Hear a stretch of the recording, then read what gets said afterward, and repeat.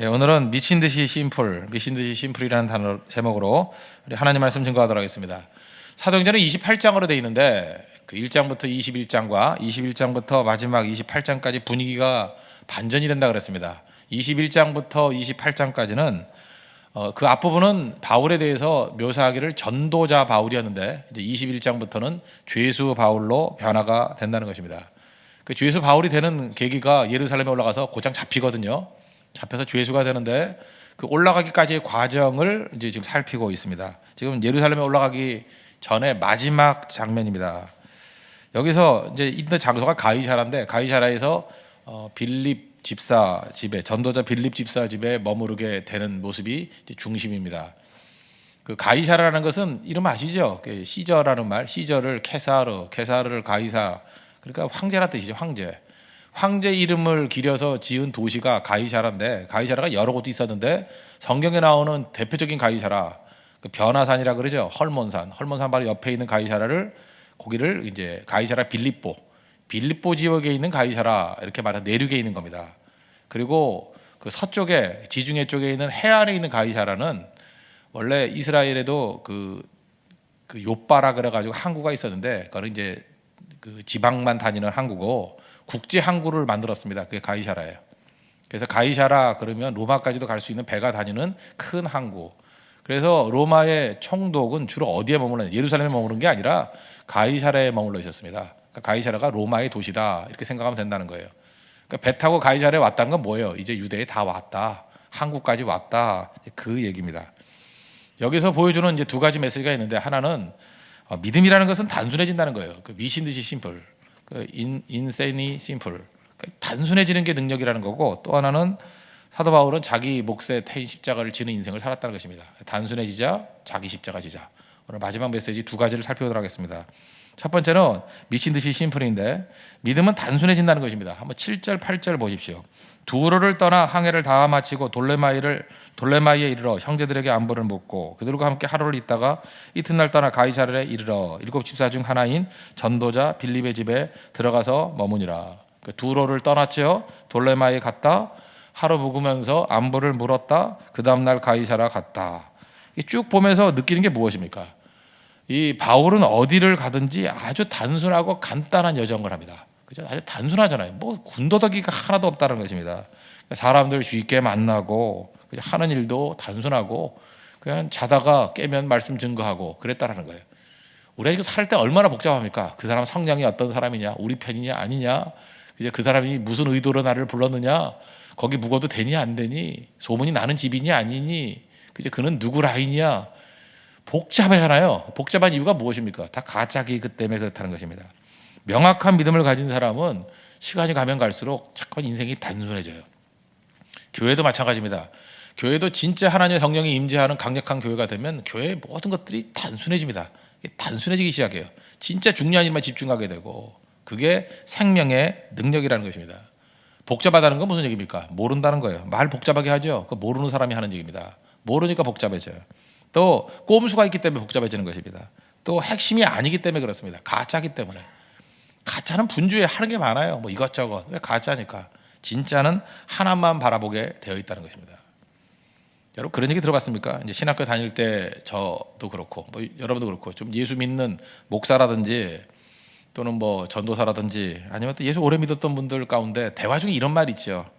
나는 예수님 한 분만으로 충분해. 그런단 말이에요. 그런 말 하잖아요. 나는 예수님 한 분만으로 충분해. 옛날에 그런 노래도 만들기도 했는데 예수님 한 분만으로 충분해. 누가 이런 얘기를 해요? 되게 실패한 사람이 하지 않습니까? 안 그래요?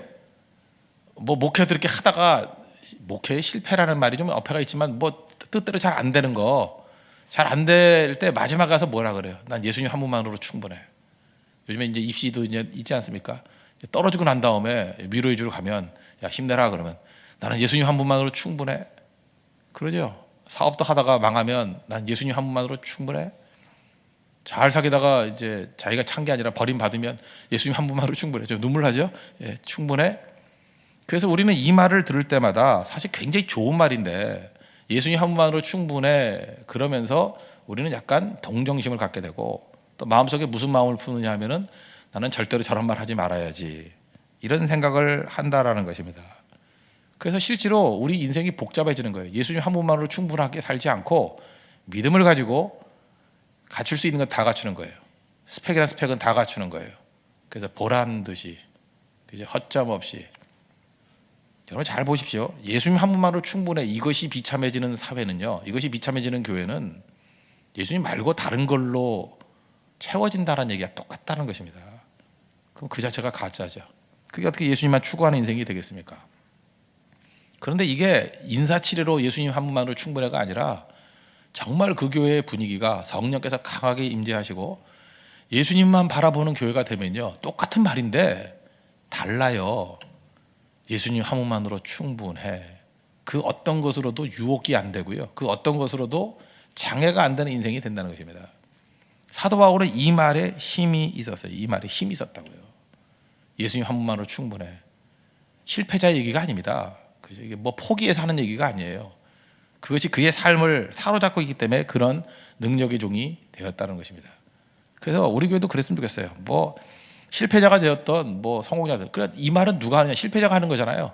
그러니까 교회는 실패자가 모이는 겁니다. 나는 예수님 한 분만으로 충분해, 이 말을 못 한다라는 얘기는 뭐냐 하면은 예수님 말고 다른 걸로, 행위로, 자기 공로로 채우겠다는 것과 똑같다는 것입니다. 실패해도 예수님 한 분만으로 충분해, 그 고백이 나와야 될 것이고, 다른 부분에 있어서 승승장구하는 사람이라 할지라도 예수님 때문에 승리하는 게 진짜 승리이지 뭐 그거 말고 승리가 무슨 승리겠습니까? 그래서 교회는 예수님 한 분만으로 충분해 하는 이 메시지만 나와야 된다는 거예요. 이게 교회라는 것입니다. 이게 능력이라는 거예요.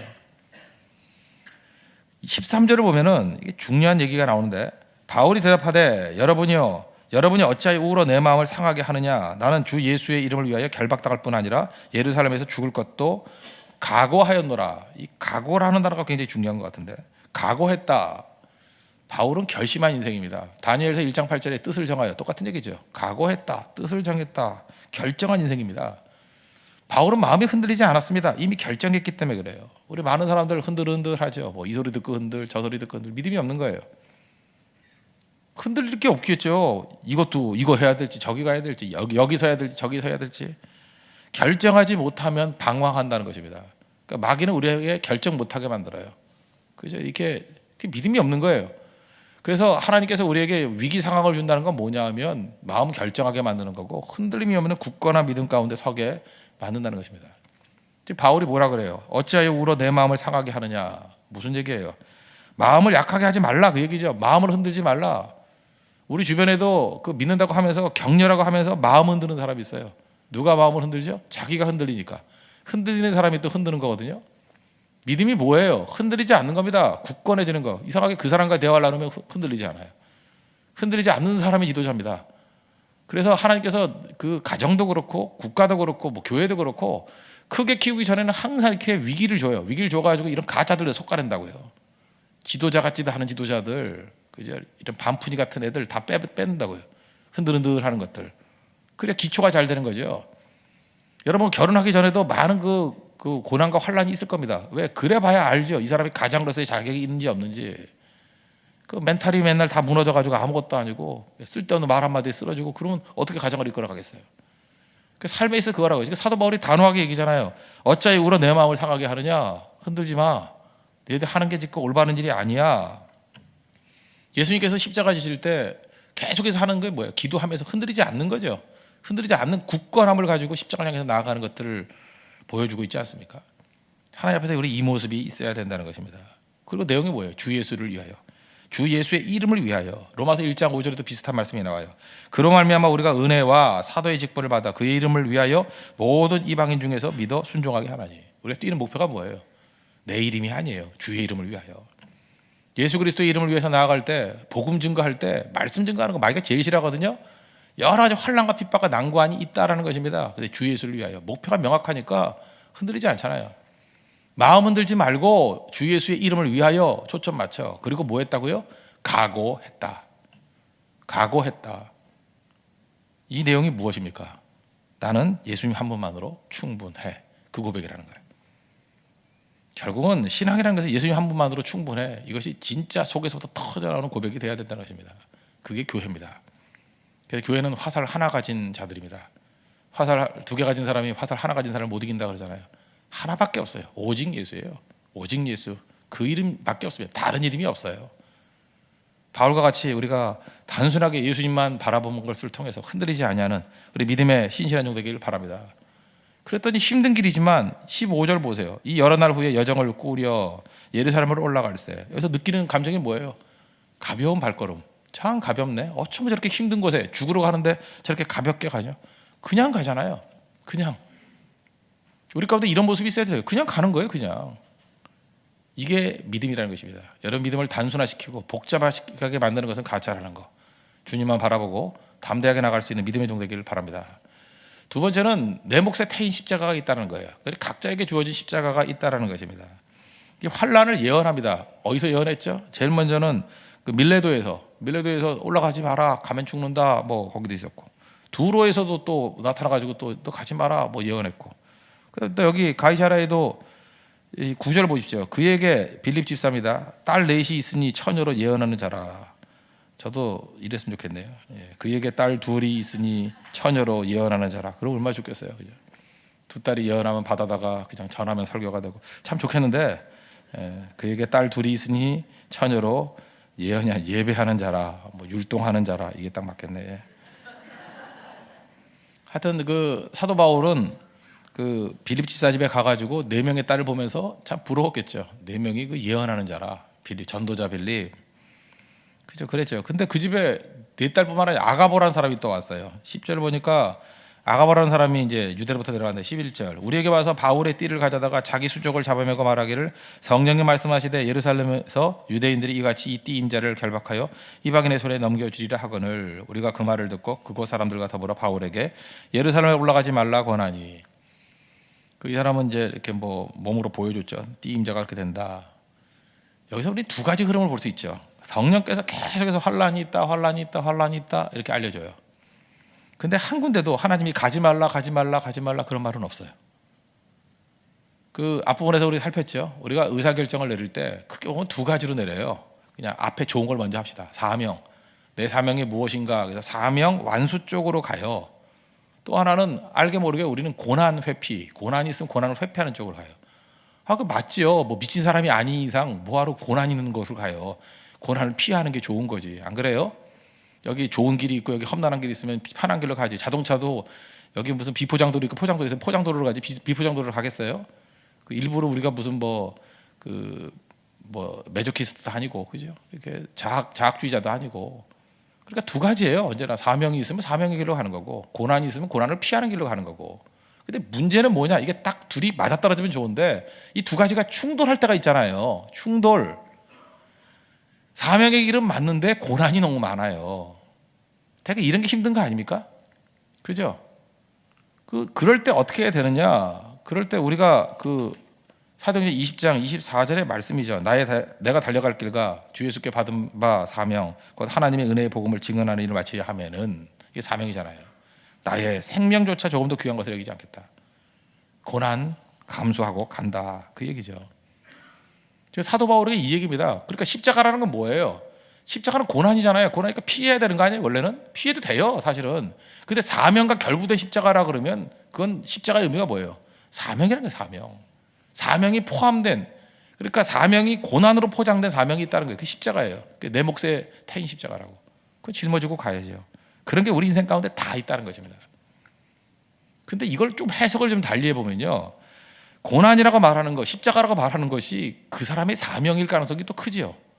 쉬운 건 못할 사람이 누가 있어요? 다 하지. 어려우니까 그 사람이 하는 거 아니에요? 어려우니까. 누구나 다 하는 거라 그러면 그게 왜 사명이에요? 그냥 아무나 하는 거지. 예를 들어서 인도 선교 이제 어렵습니다. 되게 어렵잖아요. 쉬우면 다 하죠. 뭐 가까운데 뭐 대만이나 뭐 일본 이런 데 가기도 쉽고 편하잖아요. 그건 다 해요, 누구나. 그것도 해야 되겠지만.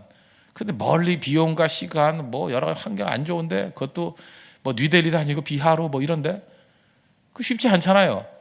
그런데도 불구하고 그걸 계속 가는 이유가 무엇입니까? 우리에게 보여주셨잖아요. 우리에게 알려주셨잖아요.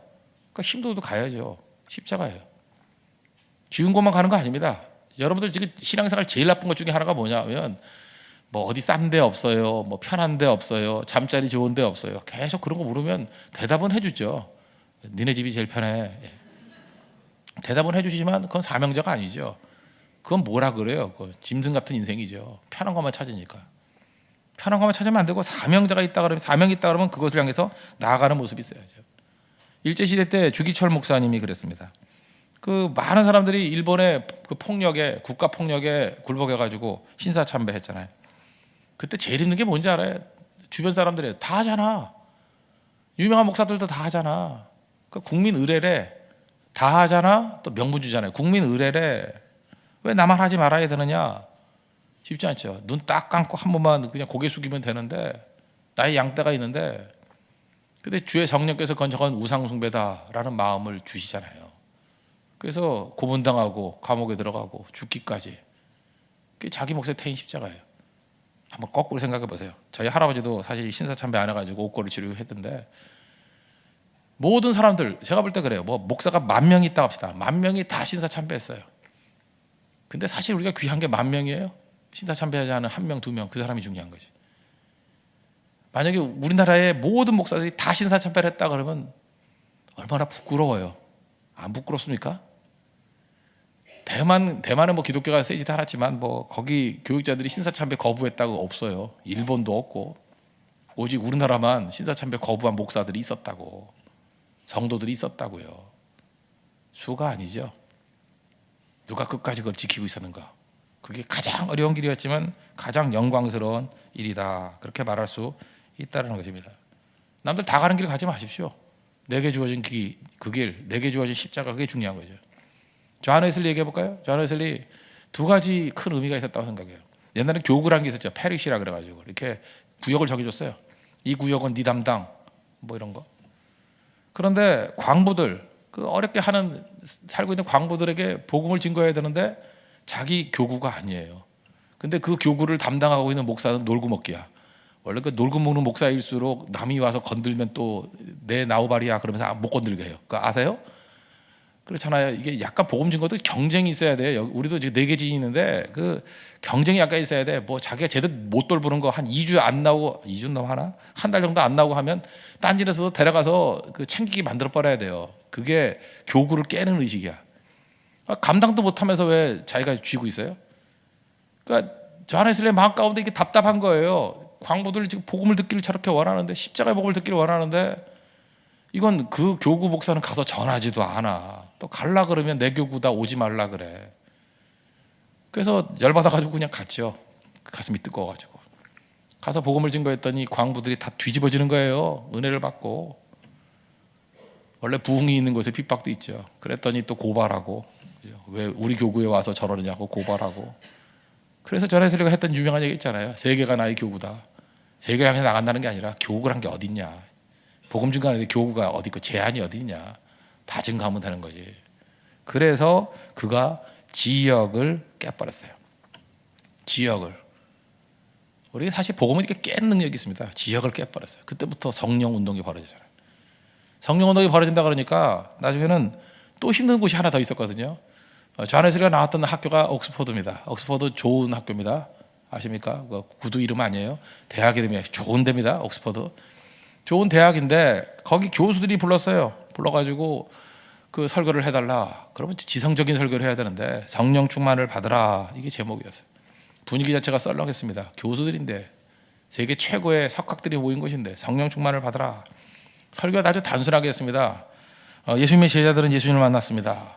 예수님의 제자들은 예수님의 말씀을 들었습니다. 예수님의 제자들은 예수님과 함께 먹었습니다. 예수님의 제자들은 예수님과 함께 병든 자를 고쳤습니다. 예수님의 제자들은 예수님과 함께 죽은 자를 살렸습니다. 또 예수님의 제자들은 예수님의 명령대로 순종했습니다. 예루살렘에서 위로부터 능력이 입힐 때까지 기다리라 그랬대. 기다렸습니다. 그리고 기도했습니다.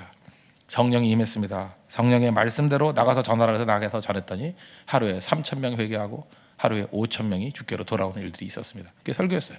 성령 그대로죠. 예수님 만났습니다. 그리고 되물었어요. 여러분들은 예수님 믿습니까? 예수님과 함께 말씀 듣습니까? 예수님과 함께 먹었습니까?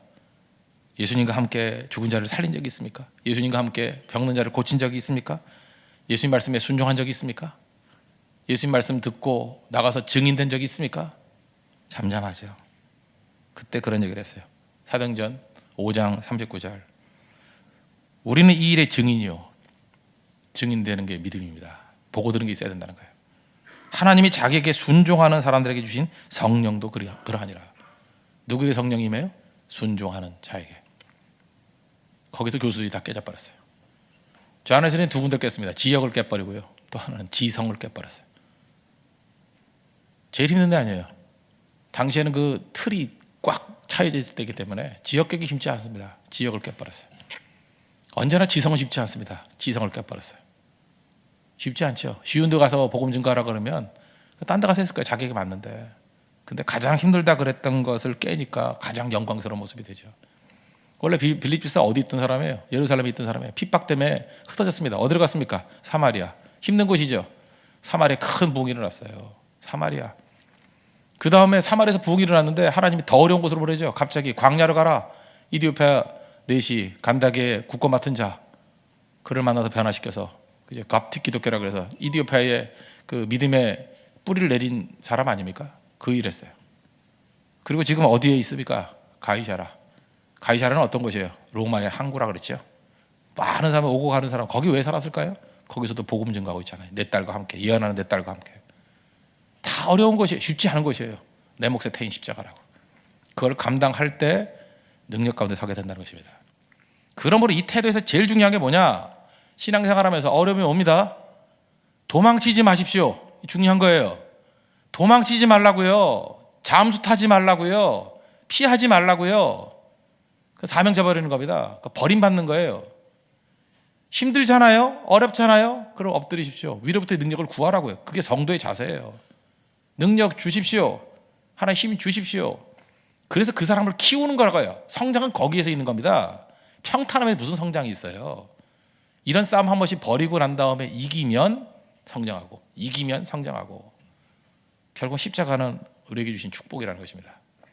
내 몫에 태인 십자가 지고 나아가서 승리하는 우리 믿음의 신신앙 되기를 바랍니다. 신앙은 뭐예요? 단순함과 십자가 지는 거예요.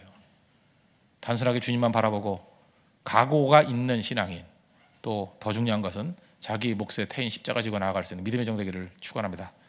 모두 자리에서 일어나겠습니다. 339장 찬송하겠습니다.